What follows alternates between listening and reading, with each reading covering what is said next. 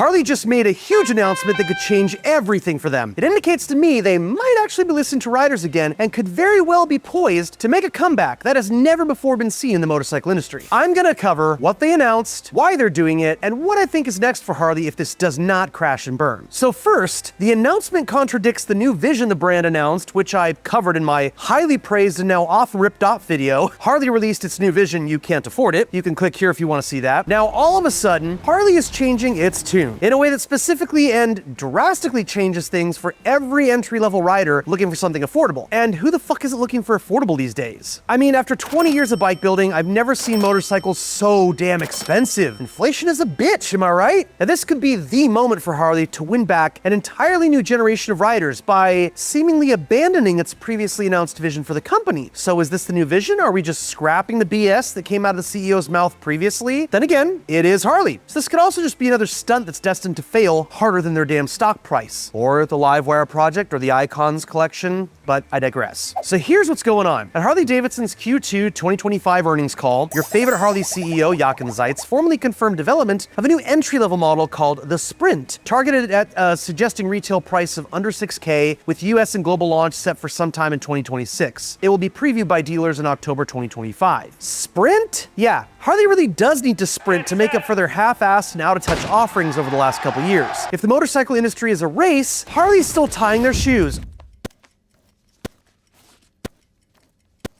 Oh no, they're actually running. Oh shit, they're running the wrong direction. Didn't a failed phone company have that name, Sprint? Didn't Chevy make a Sprint that looked like a gremlin? Maybe Harley's next bike will be called the Jitterbug, geared for seniors on the go with large, easy-to-read buttons and training wheels so you don't tip over. This is supposed to be Harley's most affordable motorcycle ever, undercutting its current most affordable model, that's the Nightster. And that starts at $9,999, what, basically 10K. But remember, that doesn't include any assless chaps or any of the fees you'll pay to get that bike off the showroom floor. Now, 10 grand is the base or starting point of what that Nightster will run you. Still gotta pay for registration, taxes, insurance, all the fun stuff the government does to steal from you.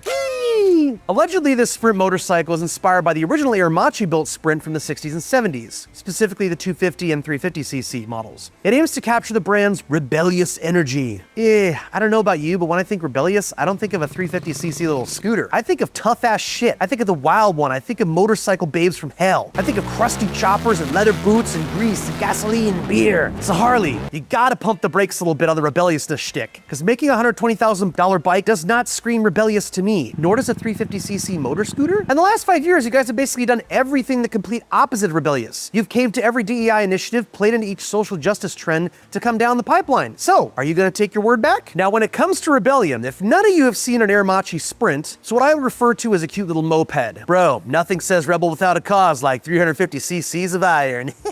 I mean, the Machi is very reminiscent to the Honda Trail CT90s. The engine acts as a stress member, having no down tubes. That results in an engine that hangs below the frame. Now, the design does allow for easier engine repairs and sometimes maintenance, but it's barely a motorcycle. Very, very early version. Harley also hinted that they might be releasing a larger bike called the Eagle in 2026, but who frickin' knows? I'm a huge fan of little bikes like this, though. I own a CT90 myself, which I actually blew up on El Mirage, so I gotta rebuild that damn thing. Apparently this project has been in development since 2021, but this is the first I'm hearing of this entry-level bike project, and I'll keep you guys updated if I find out more. Now, if you do want to hear more of my shit takes on Harley, Chinese street biker gangs, and why Taco Bell is the worst food on the planet, second only to Indian street food, hit that subscribe button. And if you do enjoy this video, the like button helps me know that I'm truly making stuff that you enjoy. I don't want to waste my time or yours, so the likes tell me, great job, TJ, this rules. Now, here's what we don't know. We have no info on the engine specs, displacement, horsepower, drivetrain, any details, nada. Now, if you've been working on something for close to 4 years, I kinda hope you have more of an idea of what you're gonna build. Now, if I worked off this framework, nothing would get done around here. Good freaking lord. The design and styling are an absolute mystery. No one has seen this thing, I guess, so the appearance, frame architecture, physical dimensions, any kind of styling cues are still under very close wraps. They didn't even try to show us a cool little rendering, you know, some pencil drawing, a napkin drawing maybe, anything to wet our beak would have been nice. There's also no performance specifications. Now, if you're gonna announce a bike, don't just announce, we are making a bike and calling it the Snickle Fritz. And everyone is waiting for deets, man. Maybe this is another in a long line of Harley's bait and switch tactics. You say one thing, you do another. Much like that advertised pricing and then the dealer fees that just sneak up on ya.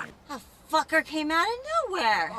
I'm really interested to see if they follow through and make something that doesn't look like a desktop computer on wheels. And they actually build a bike that delivers on performance, looks, and price. And speaking of price, there's only the tease of under $6K price tag. No indication of final cost after fees, no regional pricing. They didn't speak to whether they'll have trim options like the Super Douche 2000 Chrome package, which I sincerely hope never comes back. Now, as I mentioned previously, Harley teased a second model, but they basically gave us a little whiff and said, that is all you get. Now, online comments seem to mirror my own thoughts. Folks are disillusioned, feeling the Harley fatigue, another overpromise, underdeliver situation that we are all really tired of. Now, did Harley lose their foothold in the entry-level market? One of the issues Harley may have is that due to the initiatives of the past, they've kind of turned off a lot of entry-level riders. Jochen, the CEO's plan, was to get rid of all the entry-level models and focus on those big-ticket bikes.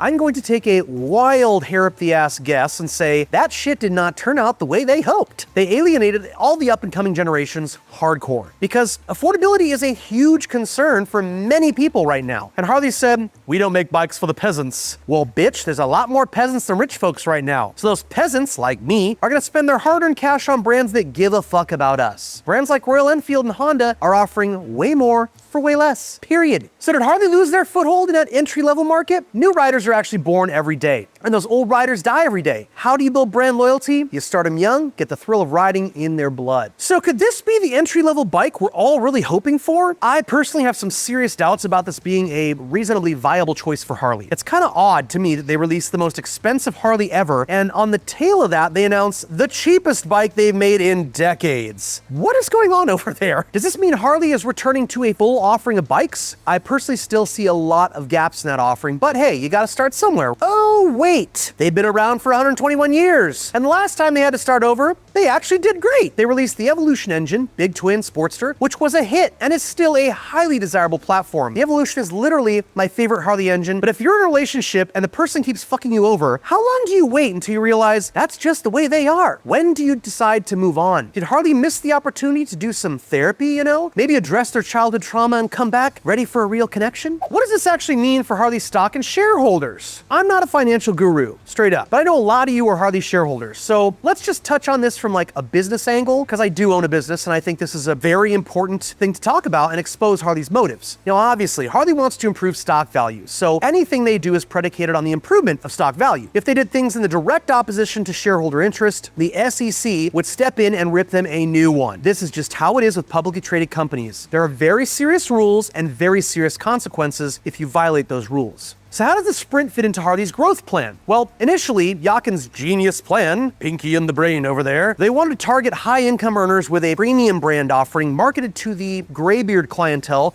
with lots of disposable income. Sounds super smart, right? You go after people who can pay higher prices. That's more money in the bank, fool. Well, in certain economic conditions where there is an abundance of these types of people, this could totally work. But, big giant buts, there is a big throbbing risk to this strategy. TAM reduction. And TAM means total assholes at the minute. No, that's total addressable market, actually. Or basically the amount of people that could be a customer on the planet. Now, by shifting the offering to only premium, they essentially abandon a much larger audience of people who have less money, shrinking their TAM. But as long as that pool of old rich customers grows in size, there's no problem, because the brand can essentially grow to the extent of their pool of potential customers growing over time. But I like big butts and I cannot lie. there is a problem. Inflation. Now, when the cost of living goes up faster than people's wages, people have less money and are less likely to drop $46,000 or even $110K on a CVO road glide. Now, Harley's TAM is also shrinking due to birth rate. So when that older, richer pool of potential customers is dying faster than those aging into it, I'm not dead. that TAM gets smaller, meaning less and less people exist in that income bracket, thus reducing the company's ability to grow. As that audience shrinks, they have to pivot and attract a new audience, a much bigger audience of potential customers. And who do you think that is? Yes, you're right, poor people, the peasants. I'm just kidding. It's just people with less money. Harley seems to have realized there are way more people with $6,000 than there are with $100,000 to spend on a bike. Like, a lot more. Like, way more. So Harley is now doing two things that I think are smart. Number one is increasing their TAM through affordability. They're opening up Harley as an option to millions more people. Number two, they're securing future fanatics by essentially getting people on Harleys earlier in their lives so they can build that nostalgia relationship with the brand that Harley is oh so good at. Harley is really good at marketing that whole Harley aesthetic. They always have it.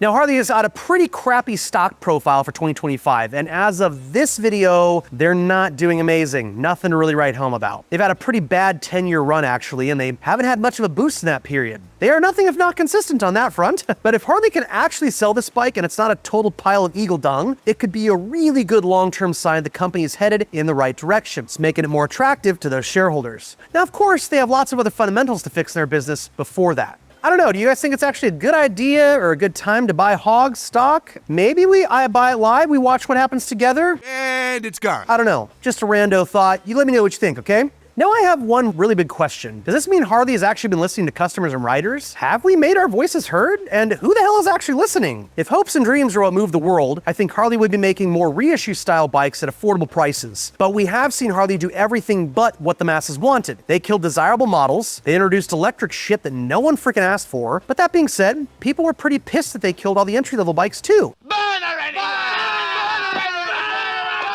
And that was reflected in Harley's sales. I think Harley has a long fucking way to go to show they're actually listening to riders. I mean, this may be a good move on their part, but I think it's too early to call it a win. You look back at their other entry-level bikes, like the Street 750, I think it was called. I didn't even know about the damn thing till it was gone. So I'm wondering if maybe they put some push behind this bike, it'll do better than their previous entry-level offerings. The jury's still out. New riders are born every day, but will they be turned off by the Harley curse? I want to hear what you think about this announcement from Harley. Is this going to be something that helps these new riders find their place among the Harleys on the road? Are they going to feel that thrill of riding American Iron? Or is this yet again the signature Harley boondoggle move that we have all become so accustomed to? Did Harley have another stillborn? Or is this the actual first step on the path to reclaim their title as the beloved American Iron brand?